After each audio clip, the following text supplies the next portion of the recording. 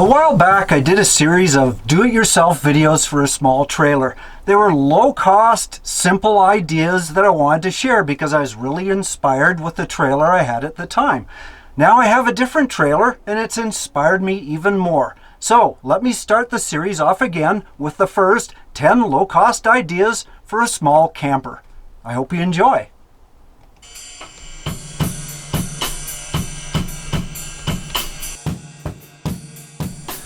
Well, I'm typically a man of few words and even fewer spices.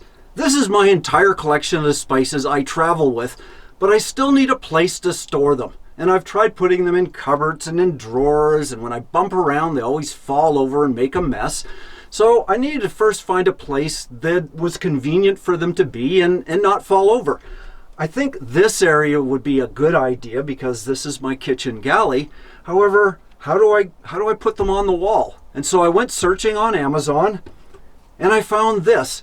It's called a spice gripper, and it's got some self-adhesive tape on the back. You just unpeel and put it up there. It works really good. On fat ones, it actually just expands. On the little skinny ones, well, it just holds up by the cap, so that works as well. I think I'm going to give it a try. I'm going to take the fat ones and line it up. I only get one chance at this. I think that looks good. Peel the tape. And just right about there, I think. Done. They just sit on that little ledge, out of the way. Hey, that was one of the easiest installs I've done in a long time.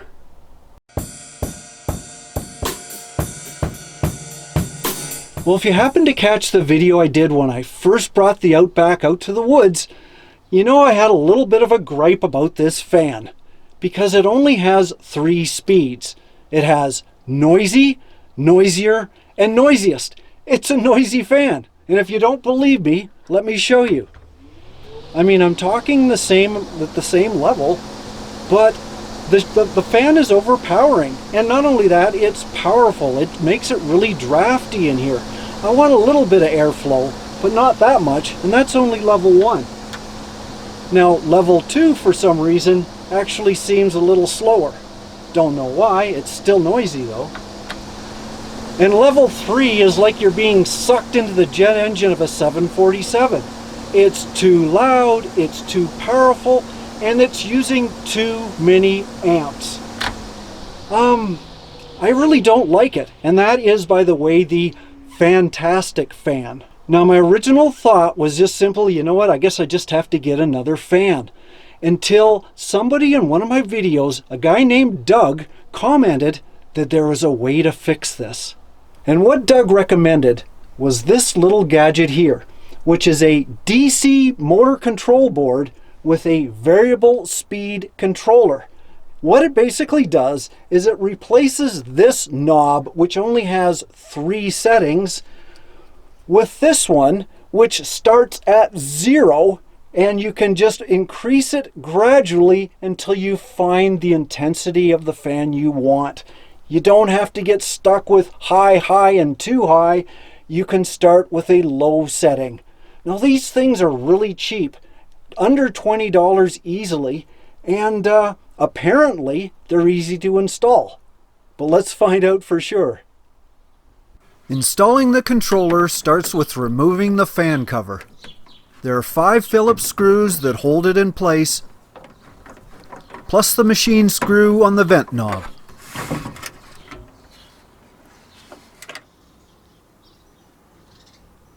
Power enters the array by the flow direction switch, and to the left is the existing speed switch.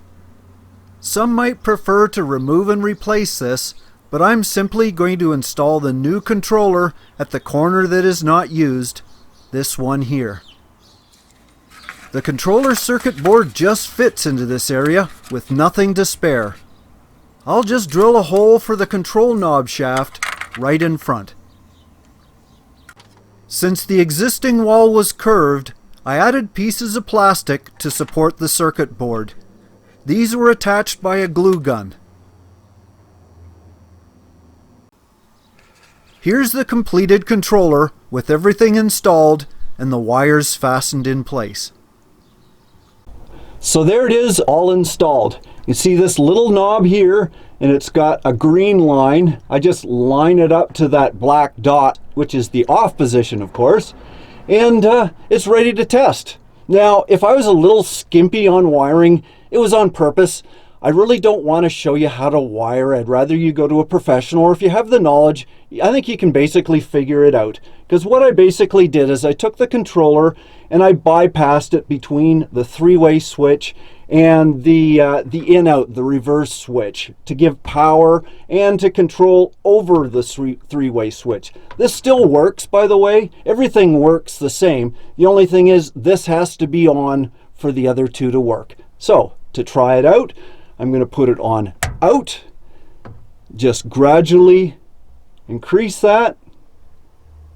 Now that's really, really subtle. That's minimum airflow, but it's totally silent. Want a little bit more?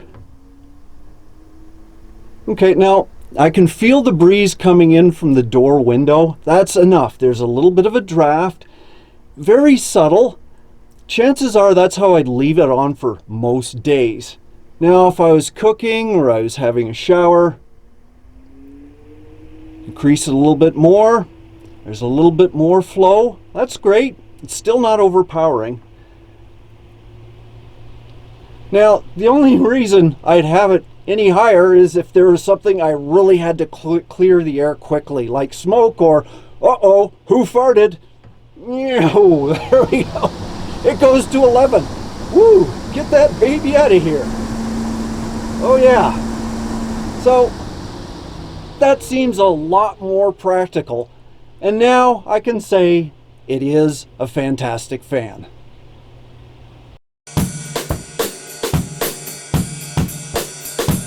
The tongue of a trailer tends to be a place of storage.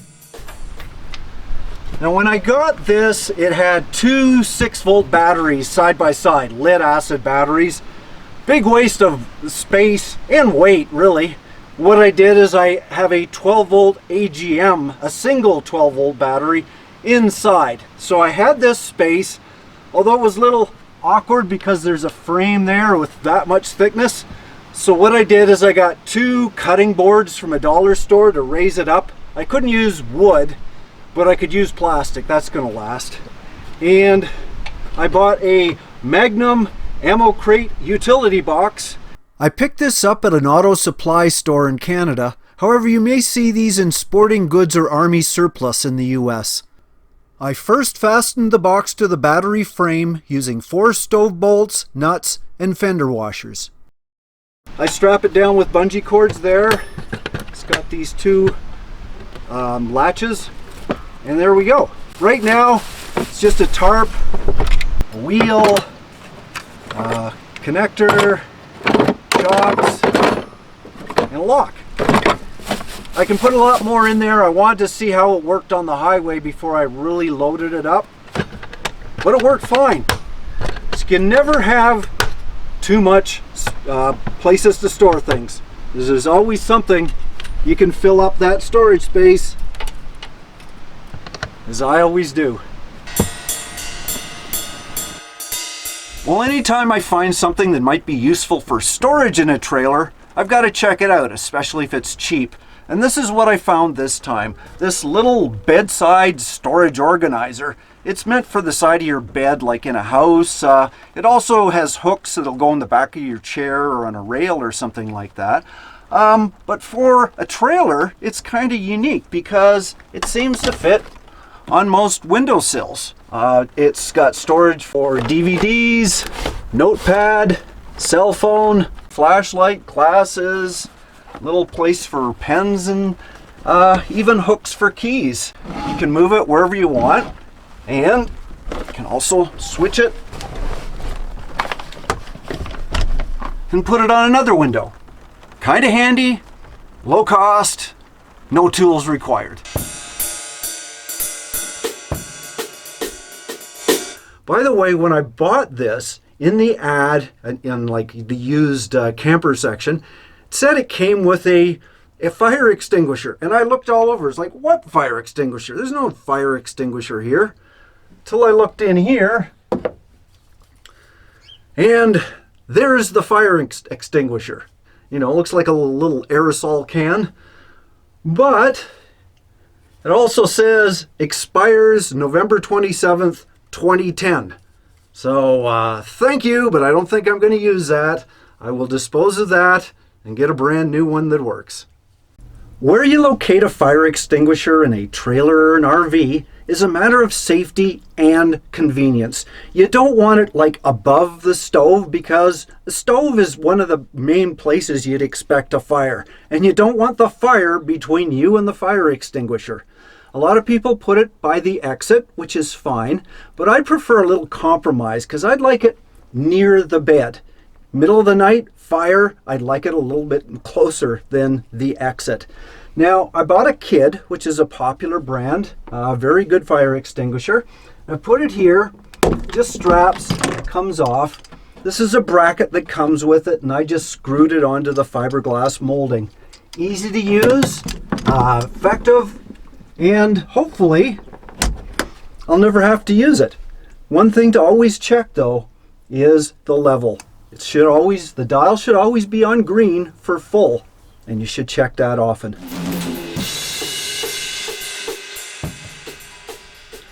While I'm still on the floor, there's one other thing I wanted to show you, and it comes from the first time I took my trailer out in the backwoods, opened the door and found everything was all over the floor, and most of it was the stuff I'd stored underneath the bed. So what I did is I got some D-ring hangers, picture hangers, and I fastened them to the corners of the fiberglass molding, and then I just got some flat bungee cords. These are 3-foot bungee cords. Put them in a pattern like that, and it works great. Easy to install. It doesn't hold everything really rigid. It actually bounces a little back and forth. But the nice thing about it is if I wanted to grab something, I don't have to unfasten anything. I can just pull it down, grab a bag, put it back when I'm done. Really easy, convenient, didn't cost a lot of money. I also use a command hook in the middle to tighten the bungee. And hopefully people will stop asking me where I store my cassette toilet. When I first got this trailer, I thought it was a real bonus having this nice tall mirror here, until I went to actually use it. And standing up, it's no use at all. As a matter of fact, all I can see is my crotch. And it's one of those trick mirrors that if you go like that, it makes things appear bigger than they actually are. Well, I don't need that. Why didn't they put it all the way to the top? And the reason being was because there used to be a microwave up here and people wanted to see what they were eating. They didn't want to see if they had broccoli in their teeth. But for me, I need something like at head level so I can see if I'm actually getting ahead in life. You know what I mean? I need a mirror here. Most dollar stores have what is called a locker room mirror with a magnet. I just removed the magnet and added 2-sided tape. And I'm going to put it about there. No broccoli in my teeth. There's so many ways to fasten things onto the walls, and one of the most popular methods is using 2-sided tape. It's cheap, it's quick, you don't need any special tools, but if you have a small trailer or a camper, that might not be the best thing, because if you go somewhere hot, the adhesive gets soft and it falls off. And if you go somewhere where it's cold, it gets hard and it falls off. So I was looking for an option of fasteners that had nothing to do with temperature. And here's what I came up with. I bought 150 of these, which are buttons, snap buttons, like you'd find on an old coat. They're great, and I've used them actually for the floor. I put one in each corner, so if I want to clean the carpet, I just unbuckle each corner, out it goes, I can clean it, sweep the floor, put it back again in seconds. Awesome.